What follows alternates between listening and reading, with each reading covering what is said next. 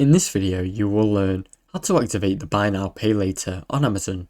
Sign into your Amazon account, open the Amazon website or app, then log in with your registered account credentials, such as your username and password.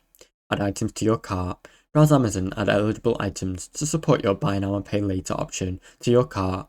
Proceed to checkout. Click Proceed to checkout and confirm your delivery address and payment details.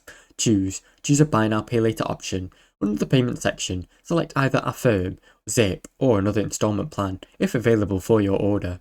Complete verification and approval. Follow the prompts to verify your identity, then complete the process removal with your Buy Now Pay Later provider. Confirm and place your order. Once approved, confirm your payment plan.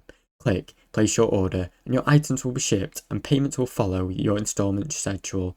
Now you know how to activate your Buy Now Pay Later on Amazon. Thanks for watching. Don't forget to like and subscribe.